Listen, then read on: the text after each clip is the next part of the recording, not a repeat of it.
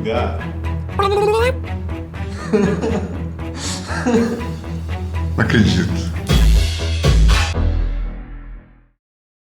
Em 3, 2, 1.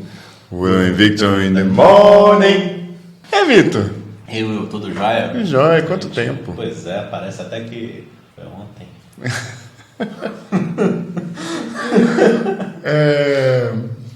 Agora que a gente tirou do nosso organismo todo O mal. a negatividade das coisas que a gente assistiu durante todo o ano, Exatamente. passou a raiva. Mentira, tá lá dentro Ainda ainda. tem um pouquinho. Tem bastante. Mas agora a gente pode falar sobre as coisas boas do ano. Isso. Nós vamos fazer aqui um top 10, né? Eu acho que a gente vai até gastar um tempinho a mais com ele. Mas foi assim, eu devo ter considerado umas 80 coisas que eu consumi esse ano. Jesus amado. E aí muita coisa ficou de fora do top 10. Então eu queria falar umas menções honrosas. Eu também quero. Vamos começar então pelo que eu queria ter visto. Tá. Queria ter visto Mobius, não, mentira. Queria ter visto Avatar 2, Ah, pois é mesmo, nem notei essa. Prey, Pacificador, Histórias dos Jedi, que eu não assisti, The Bear, que eu dormi, e After Sun, que eu sei que tá no cinema e eu fiquei com vontade de ver e não fui ainda. Eu queria ter visto o Interstellar, um filme de animação da Netflix. Nope. Pelo amor de Deus, até hoje eu não vi. Marte 1, não vi ainda também. Andor, não vi ainda. Lightyear, da Pixar. Glass Onion, eu acho que já lançou? Lançou hoje. Lançou hoje, pois é. A gente não viu porque não Diga tinha lançar? lançado, Weird, aquele filme sobre o Weird Al. Weird Al. Eu quero muito ver esse Verdade. filme. Eu queria ter visto esse também. E Argentina, 1985. Nossa, eu queria ter visto esse também. Eu acho que, pois é, todos esses filmes eu acho que tem muita chance dele estar no meu top 10. Tem mais filme também. Tem, com certeza. Todos cotados pro Oscar, eu queria ter visto também. Sim. E falando nisso, falando no Oscar, meu ano fiscal ele começa depois do Oscar, então eu não vou colocar aqui Drive My Car, Nossa, tem muita coisa que eu assisti só esse ano. É mesmo, né?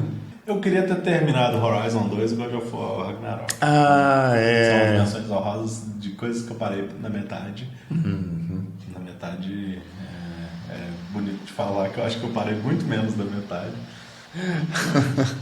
Também coloquei produções brasileiras que eu não coloquei no meu top 10.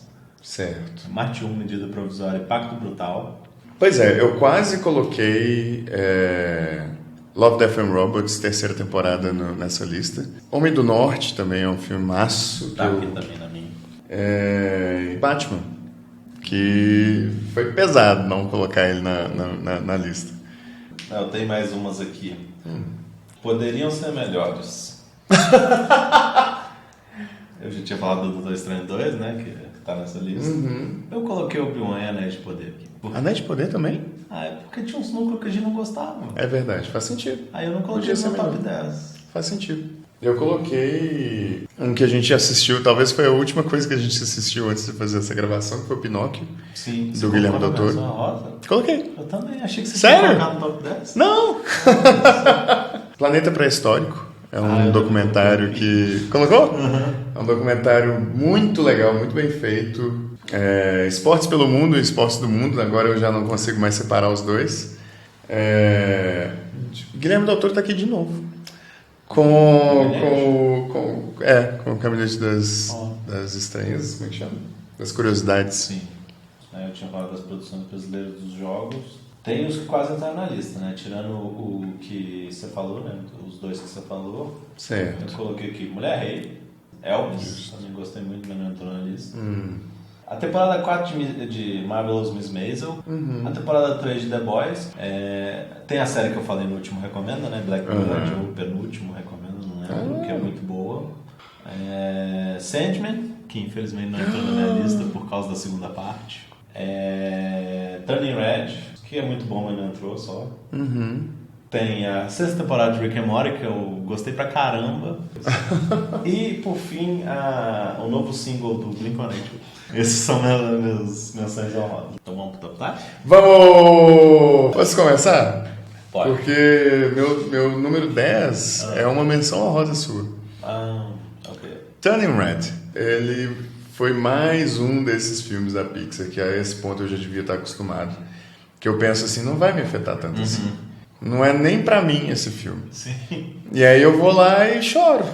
Pois e... ele é muito bom mesmo. A relação familiar que ele cria. Né?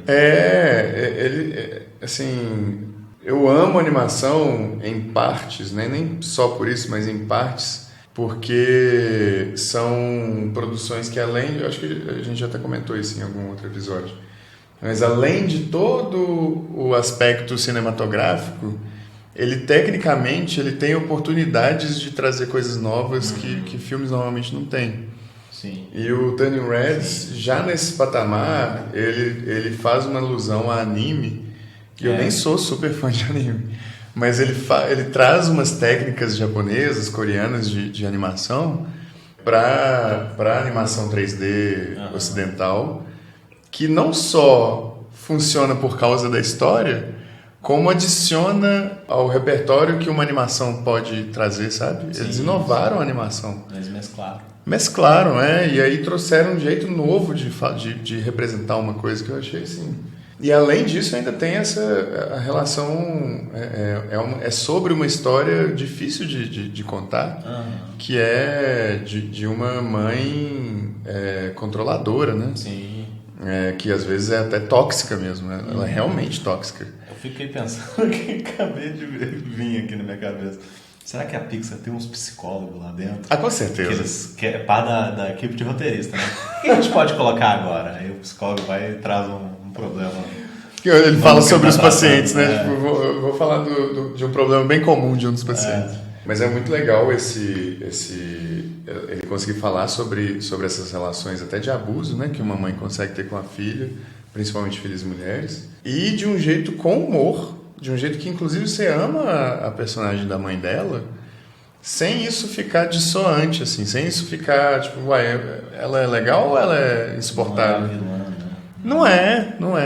E ele se desenrola de um jeito que fez muito sentido tem aquele sentimento catártico que de vez em quando acontece num filme, que é muito bacana. Sim. O meu 10º lugar é o filme que talvez eu fico... Precisava estar aqui, talvez não. Mas eu quis colocar ele porque é o maior filme desse ano. Top Gun Maverick. Caramba, eu devia ter colocado ele na lista dos que eu devia ter visto. Queria ter visto. Não vi. Eu não tenho cultura nenhuma com Top Gun. Não esperava nada desse filme. E é um filmaço mesmo. Eu fico chocado toda vez que alguém me fala isso. Eu assisti o Top Gun 1 quando eu ainda era criança.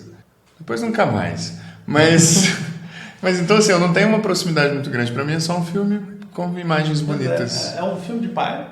Inclusive eu fui com meus pais no cinema. Foi a primeira vez em muito tempo que eu não fazia isso. Que legal. E é aquilo. O Tom Cruise é realmente muito dedicado. Faz um personagem muito bom também. Isso é uma coisa que é muito legal dele, né? Ele é realmente tóxica do filme, do personagem de ação padrão, né? Que legal. Ele é realmente um bom professor, um bom amigo, um bom amante, sei lá. E é um filme muito bom. A ação dele é incrível. Também os caras gravaram nos aviões. Fizeram coisas reais, né? É bom pra caramba. E tecnicamente é muito bom. E vai aparecer um tanto de... Já tá aparecendo no Globo de Ouro, vai aparecer no Oscar. Vai aparecer no Oscar, com certeza.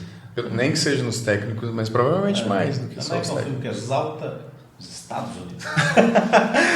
As Forças Armadas dos Estados Unidos. O meu 9º lugar, eu achei que eu ia colocar ele bem mais alto, mas ele foi importante pra mim de qualquer jeito, que é o documentário Em Casa com os Gil. Que falou também. Falei, aquele documentário que traz a família do Gilberto Gil para uma fazenda para lançar uma turnê europeia deles. E com isso você acaba entendendo não só a história de algumas das músicas mais importantes da carreira dele, como conhecer mais sobre a família dele toda, a relação entre a família. E é muito bonito, assim. São pessoas com muita com um coração muito bom. Sim. E é um afago mesmo, assim, sabe? Você assistir uma família que se importa muito um com o outro, que tem uma preocupação social também, né? Inclusive, assim, nessa época de fim de ano, quem não assistiu ainda, eu acho que vai adorar assistir nessa época. Agora, assim, de Natal, sabe? Eu acho que é bem gostoso de assistir. E a música boa, além de tudo. E tem a recomendação... tem a recomendação paralela de que tem um álbum desse documentário, né? As músicas que foram selecionadas cantadas pela família. Legal. É muito bonito. Não. Meu lugar é Stranger Things 4. Não. Cheguei a estar mais pra cima. Não. Eu Olha só. achei. Ele podia estar em 8º. Mas não tem muito o que falar sobre Stranger Things, né? Foi um retorno muito bom. Não que eu não tenha gostado da terceira temporada, eu descobri que é um negócio que as pessoas não gostaram muito. A terceira temporada? A segunda eu sei, a segunda nem eu gostei tanto assim. Mas a terceira o povo fala que exagerou demais na nostalgia. Tá. E realmente, se for pensar, realmente exagerou. Mas a quarta... Pra quem é sensível com nostalgia, não gosta muito, não pega. Ficou muito forçado. Mas a quarta não, a quarta é muito... Ela veio... Os núcleos que a terceira criou bem, a quarta soube aproveitar, trouxe um vilão muito melhor do que as 2 últimas temporadas, trouxe um peso muito maior para tudo que acontece lá naquela cidade, né? E personagens memoráveis que sempre ela traz, né? Que chique. Então, ela peca um pouco no tamanho dos episódios, que são os episódios... Então, o último episódio tem 2 horas e meia. Mas... e peca também em decisões que ela poderia ter tomado para deixar a série um pouco mais impactante.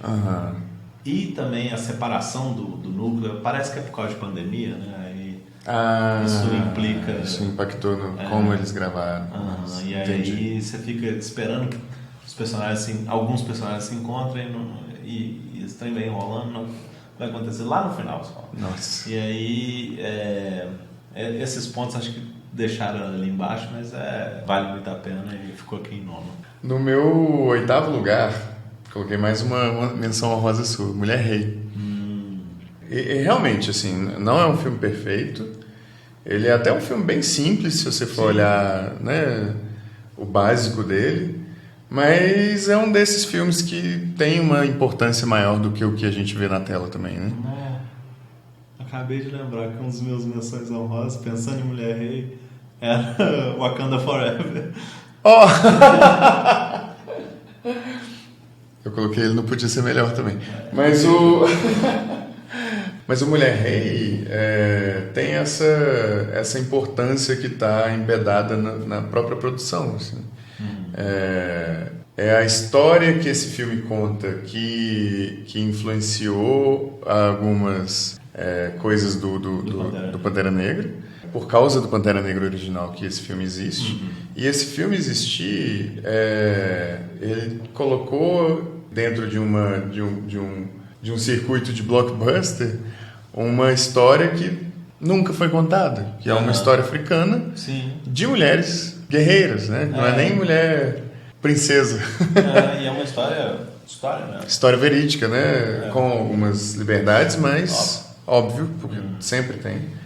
Mas é uma história mesmo, e eu aprendi muito com esse filme.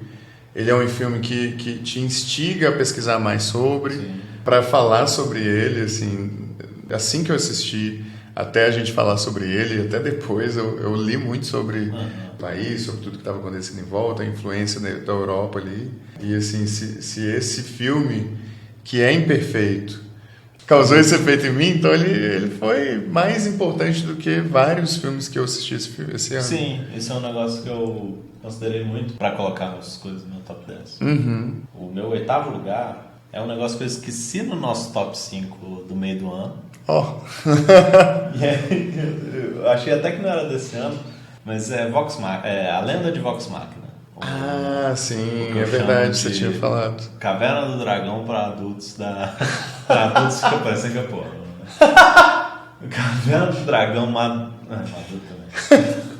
Mas um Caverna do Dragão para pessoas um pouco mais velhas. É um desenho muito bom que a Amazon fez, baseado num RPG famoso lá nos Estados Unidos, o povo que realmente se grava jogando RPG, que é o Critical Role. E aí a Amazon comprou os direitos de uma das campanhas deles e lançou uma série animada. E eu falo do Caverna do Dragão porque é inspirado no Dungeons and Dragons, né? O Caverna do Dragão em inglês chama Dungeons and Dragons, é um desenho do RPG. É uma série de comédia também, mas tem uma ação muito boa, tem até uma temática pesada, assim, por isso que eu falo que não é para criança, né? É um negócio muito bom, assim, para quem gosta de aventura medieval, de Dungeons and Dragons mesmo, acho que é uma boa coisa para assistir. Que legal. Vitor, eu coloquei Sandman no meu 7º lugar. Justo. Porque... Você gostou mais que eu. Gostei mais que você mesmo. Eu acho que, assim, tem essa segunda parte que a gente falou no episódio, que realmente traz um pouco mais para baixo essa série e dá vontade de que ela fosse tão instigante quanto ela foi nos primeiros episódios. Mas acabou que, assim, pra mim, essa parte que é um pouquinho mais arrastada, ela é uma boa série ainda. Ela é uma série incrível em volta disso. Sim. E essa parte que é incrível é uma coisa que me deu uma sensação rara, assim, de tanta criatividade exuberante ali, que eu continuei pensando sobre ela depois, continuei pensando nas ramificações e fiquei pensando sobre as relações dos personagens, sabe? A gente falou sobre a relação da morte com o sono, né? Sim. E só de existir essa relação já é interessante. Durante toda a série existem essas relações o tempo inteiro, né? E o que como um age com o outro diz muito. É poético só aí. Só nessas relações. Ela podia estar aqui no lugar de Top Gun. E essas histórias que sozinhas elas não têm uma relação muito direta com os episódios. Sim. Pra mim é uma coisa que até agrega, sabe? Tipo o episódio bônus, né? Sim. Que é totalmente fora dele mesmo, inclusive, né? São duas histórias que não se relacionam. Realmente, ele é totalmente fora. Né? Mas o episódio 6 é fora das duas. Fora também, total. E é o melhor, é incrível. E acaba que, assim, se você for olhar a obra toda, eles dizem a mesma coisa. Eles adicionam a mensagem que o Sandman está passando. Sim. Eu acho que esse episódio 6, se eu tivesse colocado por episódio, meu top 10 episódios, ele era fácil antes. Fácil. Meu 7º lugar, eu coloquei Light and Magic. Eu coloquei em 6º lugar. Então a gente pode falar junto. Peraí, mas eu tô pulando um lugar seu? Não, tô não. Não, esse é o próximo. É por isso que eu ri. É assim que eu falei, que cada episódio eu assistia feliz. Terminava Total. Muito feliz. Total. Porque é os bastidores da empresa que criou os filmes que eu mais gosto, né? Não. Então... assim... quando você falou pra mim no Recomenda, eu não tinha visto ainda. E tendo visto agora, me dá até... O coração até aperta. Porque, né, eu até comentei, assim, era a empresa que eu mais admirei na minha vida. Até o nome eu admiro. Todo mundo que estava ali ama muito o que estava fazendo e estava descobrindo coisa nova, sabe? E aí eles vão falando, durante o documentário, né? E aí eu pensei, se eu fizesse isso? E era um trem assim, a pessoa estava totalmente testando e aí criou umas coisas incríveis que usa até hoje. Nossa, é inacreditável. É inspirador também. É inspirador. Porque... E é legal que a série mostra isso de um jeito meio cômico, mas eles mostram eles como meio misfits. Sim. Sabe? Assim, um povo meio esquisitinho que... Eles são. Numa empresa normal, eles não sei se eles seriam destaque. Inclusive eles falam isso já ainda no primeiro episódio, né? Eles falam, tipo, não precisa da gente contratar só pessoas de efeitos visuais. Inclusive é mais interessante se a gente chamar gente mecânicos. Sim. Gente que conserta moto, gente que mexe com máquina o dia inteiro. para pensar em como simplificar nosso processo. E dito e feito, eles contrataram pessoas que não tinham noção nenhuma de Hollywood, mas eles tinham uma noção incrível de mecânica, de como fazer uma máquina funcionar, né? Enquanto outros estavam preocupados em como fazer uma coisa funcionar na tela. Né? Sim. Maravilhoso. É muito foda esse documentário. E esse nome é lindo demais. Industrial Light and Magic. É tipo... usa mecânicas industriais, formas industriais de fazer as coisas para produzir luz e mágica. Olha! É lindo demais. Chique demais. É muito chique. Bom, meu sexto lugar combina muito com essa indústria de luz e magia, que é Nope, ou Não Olhe. Eu falei no último Recomenda sobre ele, eu acho que até não falei bem, mas sobre o que mais me pegou no filme é isso que você falou sobre... Você sai do cinema, você pesquisa, você assiste um tanto de coisa sobre ele. E aí... Mas ele é um filme muito difícil de falar sobre. Eu acho ele muito difícil de falar sem dar o spoiler. Mas ele é aquele filme do Jordan Peele, cheio de segundas, terceiras. Cada pontinho ali quer dizer uma coisa, ele é cheio de... Ou duas ou três, né? Cheio de referências a Hollywood mesmo. Esse é um blockbuster do Jordan Peele, sem parecer um blockbuster. Muito bom, muito bom. O meu quinto lugar também tem um pouco a ver com... A gente começou a fazer igual Recomendo. Com a questão de equipe e tudo, que é The Bear. A gente está combinando, inclusive, do que você falou, um que eu quero ver e agora eu tô falando um que você quer ver. E achei que você ia colocar ele pra cima. Devia. Mas eu não prestei tanta atenção assim na posição, queria só colocar esse ponto aqui. Mas o The Bear, ele é uma série muito tensa, muito estressante mesmo. Se você estiver passando por uma semana muito estressante, não assista essa série. Pois é. Porque vai só agregar ao estresse, porque ela é muito eficiente em transmitir essa sensação. Assim, como assistir o primeiro episódio e assim, as pessoas falam, passa uma série aí que eu quero assistir. E é tipo 10 horas da noite, eu não passo The Bear, não dá. Só aquele primeiro episódio você fica assim, Nossa, quem tem crise de pânico não dá pra assistir essa série fácil, não. Tem que estar calmo. Tem que estar calmo.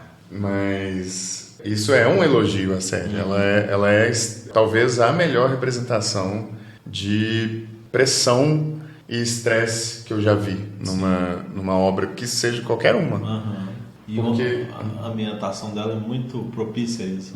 É muito perfeita. Pois porque é ambiente de cozinha profissional, né? Que a gente sempre ouve falar que é muito tenso, muita pressão mesmo. E a forma como ela foi construída, tanto na edição para adicionar a tensão e a claustrofobia. A direção deu essa claustrofobia com planos muito fechados na cara das pessoas. O diálogo também é muito rápido, muito intenso, todo mundo parece estar gritando o tempo todo. Mas também na naturalidade que todo mundo e todo set tem. Eu tenho quase certeza absoluta que aquele lugar, aquele restaurante existe de verdade. Não tem como. Parece que eu sei andar lá dentro, sabe? Atores, né? Filmaram. Não tem condições. É muito realista, é muito bem feito. Apesar de muito artístico, ele é muito realista. Sim. Eu acho isso muito foda, assim. Já falando sobre o roteiro, assim, ele traz algumas questões que no começo é um enigma pra gente, não porque é um mystery box, mas é porque são questões psicológicas de cada personagem ali que eles não estão preparados para lidar, então eles não tratam. Sim. E esse tema é muito bem elaborado e muito bem desenvolvido até o fim. Realmente é uma obra única, muito bem colocadinha. Assim. Então, assim, quase dá vontade de ver de novo, se não fosse tão tenso.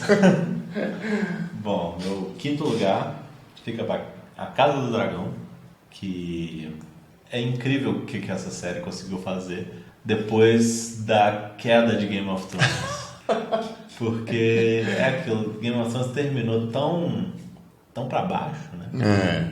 Que o anúncio de um spin-off ficou assim, não preciso. Nossa, depois que eles fizeram isso, não é pra, não pode lançar essa série, não.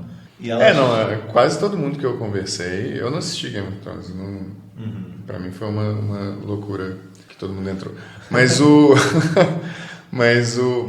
todo mundo que eu conversei falava assim, eu vou ver só porque eu gosto. Eu não vou conseguir deixar de ver, mas só por isso, porque eu não vejo motivo de existir. Pois é, e aí chega essa série e ela é muito boa. Ela chega num nível assim, é o diálogo da primeira com uns efeitos especiais assim já mais pra frente. O diálogo é realmente muito bom. E é ali na corte, entre os lados da família que começam essa guerra que desencadeou no final da dinastia Targaryen. É um povo novo, né? A gente quase não tinha outros personagens Targaryen para acompanhar como é que eles eram. E agora a gente tá vendo uma família nova e ela é incrível em escrita, em figurino. Toda essa parte técnica dela é foda. Mas ela mantém ali os personagens que também cria e assim, ninguém é bonzinho de verdade. Você consegue gostar até dos filhos da puta. O meu quarto lugar, olha a altura que eu pus esse trem. Meu quarto lugar tem tudo a ver com isso que você acabou de falar, que é... Olha só, você vai comentar.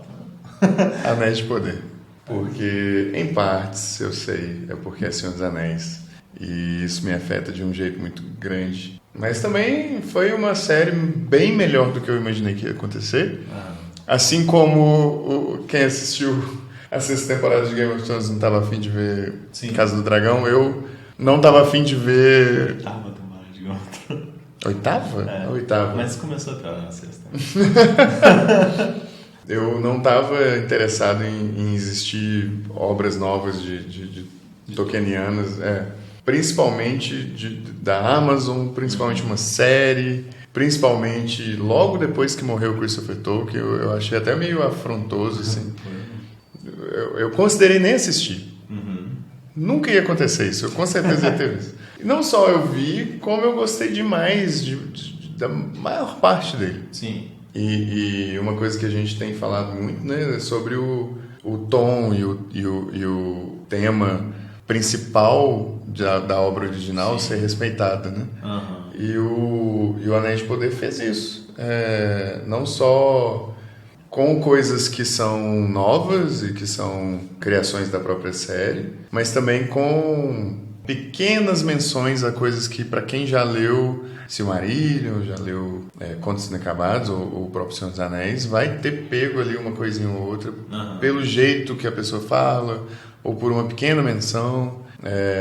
Tem seus defeitos, óbvio, Númenor, como você falou. Sim, elfos. Elfos. Mas ele me instigou a me relembrar sobre as coisas do Tolkien, sabe? Isso é inegável pra mim. Né?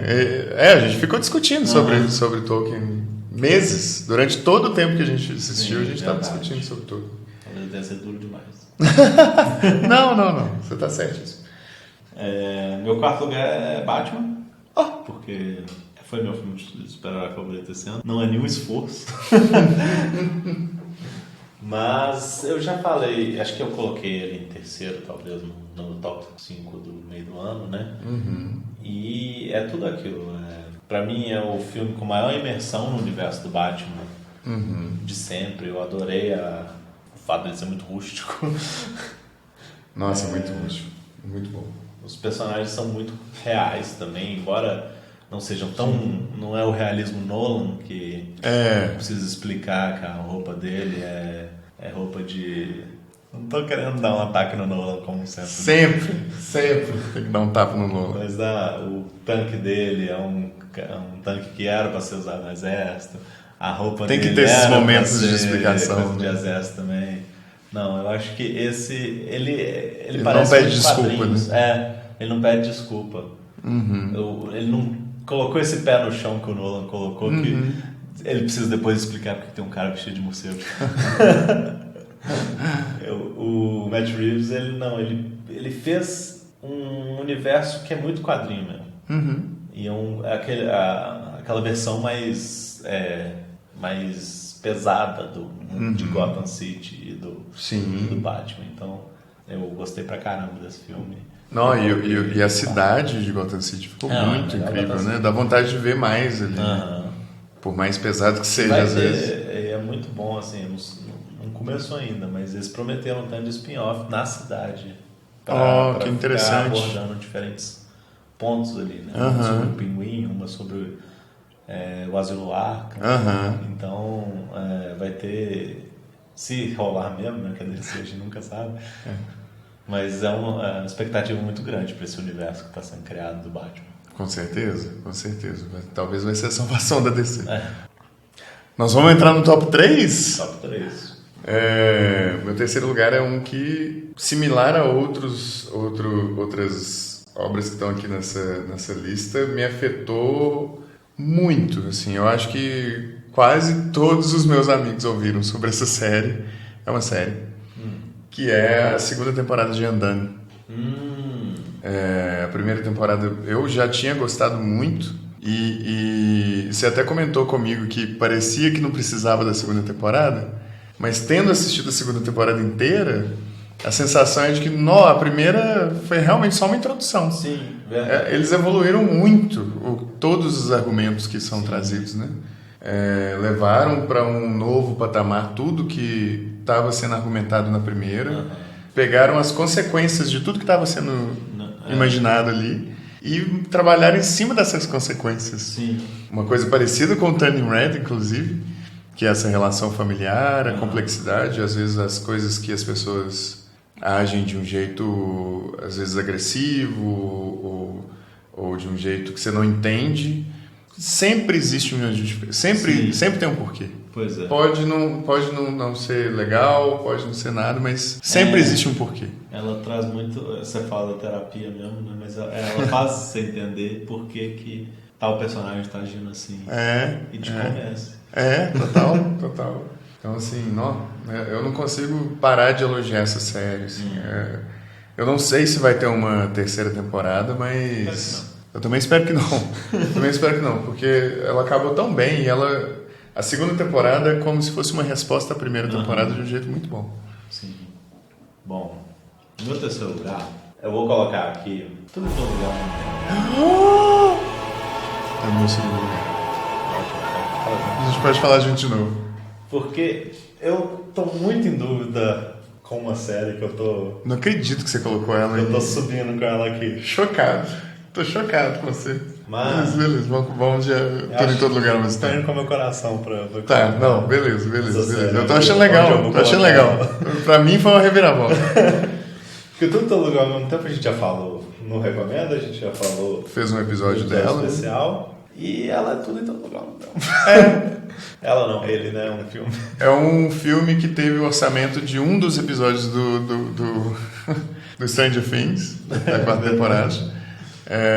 E com esse orçamento ela fez tudo. Coisa de multiverso. A melhor coisa de multiverso. É igual, assim, saiu perto de Doutor Estranho 2 e Tudo em Todo Lugar ao Mesmo Tempo dá uma coça em Doutor Estranho 2 na questão de multiverso. Dá uma coça. Em qualquer filme da Marvel que tocou em multiverso até então, assim, porque tudo bem que é possível a gente ter uma sensação forte com os filmes da Marvel, o do Homem-Aranha foi bem legal, mas ele de novo fala da relação familiar, né? Mas ao mesmo tempo fala sobre um monte de outra coisa.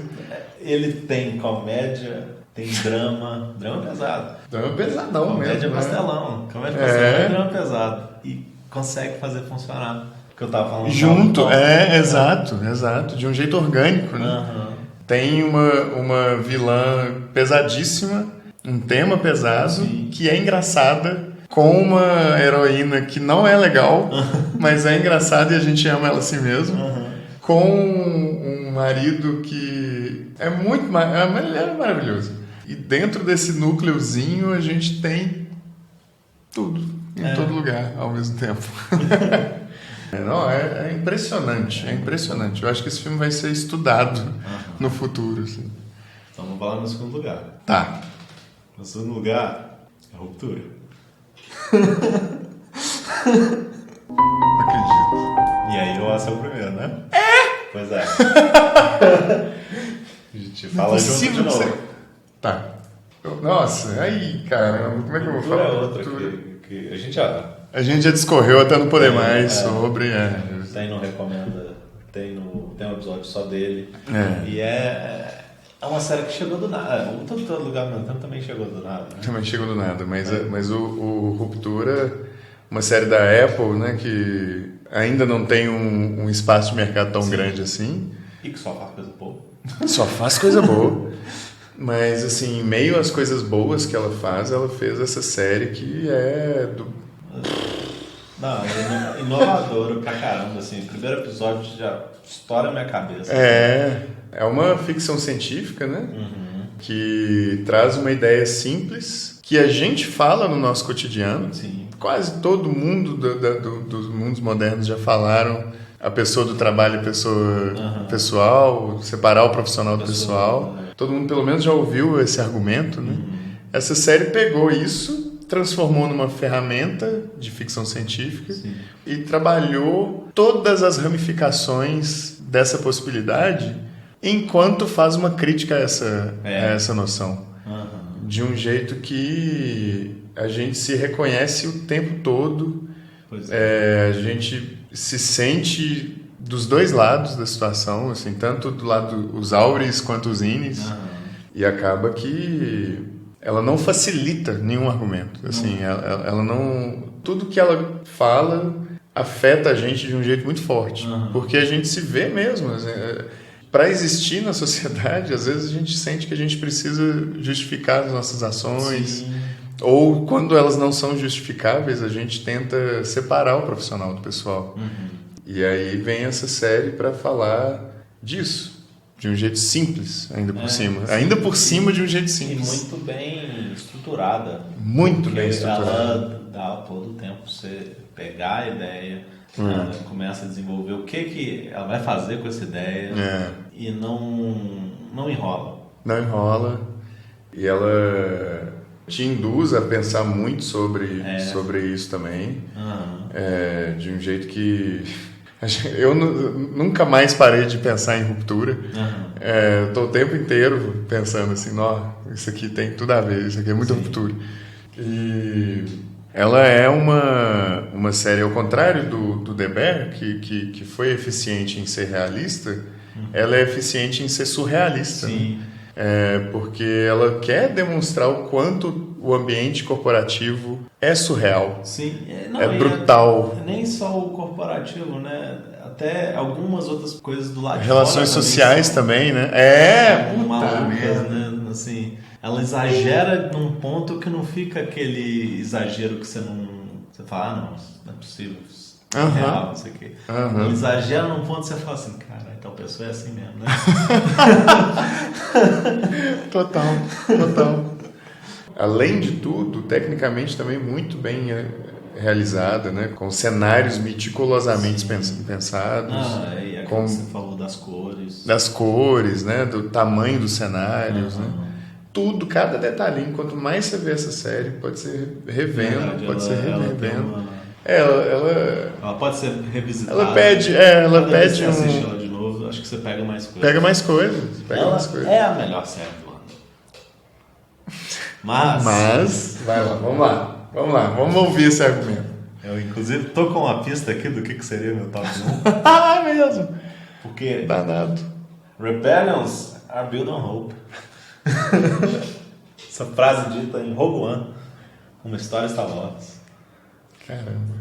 E a Disney anunciou um spin-off desse filme. Quem diria? Quem diria que estaríamos aqui em primeiro lugar. Pois é. Com um spin-off de Rogue, um spin-off de um spin-off de um filme. E que ninguém tinha interesse no Cassian Andor. Mas a Disney falou, vou lançar essa série, que é Andor.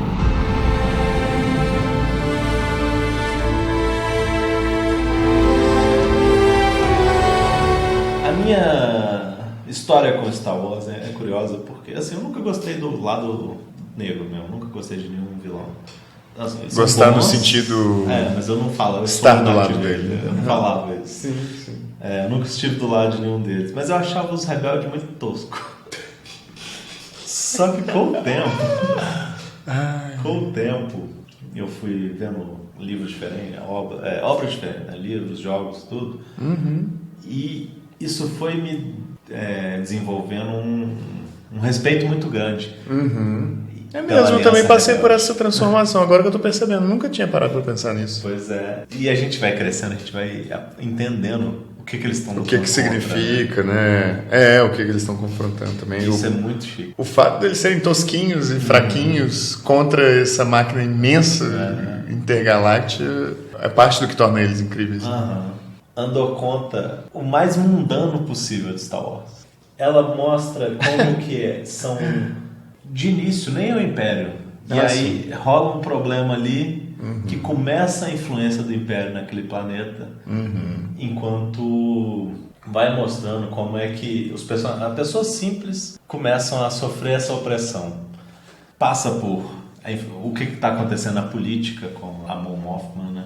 Passa na parte dos espiões, tem o personagem do Stellan Skarsgård. Ele é muito legal. Ele é bom pra caramba. Ele é um dos melhores personagens dessa série. E aí tem toda essa parte de espionagem, golpe contra o Império. E, assim, melhores discursos de Star Wars estão nessa série. Uau! 3. Caramba! Puta discurso. Uau! E tem uma coisa, eu comecei a ver só, né? Mas assim, você falou de uma coisa que eu já tô sentindo e se continuar dessa forma, e parece que sim, vai me pegar de tal forma que... Nossa Senhora! Uma das melhores coisas que eu vi de Star Wars e a melhor coisa do Rogue One foi o momento do Darth Vader. Ali a gente tem uma sensação das pessoas comuns enfrentando uma coisa quase mítica, de tão grande, tão... um monstro. Um monstro. E uma coisa que me deu a impressão é que essa série, assim, quando a gente vê os filmes, né, da saga Skywalker, a gente vê muito amplo, né? Sim. A gente vê as grandes ações. Nessa série, se desse pra ser menos, seria assim, a formiga. Pois é. É o mais pequitiquinho. E aí você vê o efeito da coisa gigantesca de um jeito que parece, não, realmente, eu não tenho como fazer nada contra isso, porque é muito grande, é muito forte, é muito opressor. Sim. E é muito amedrontador para quem não é nada.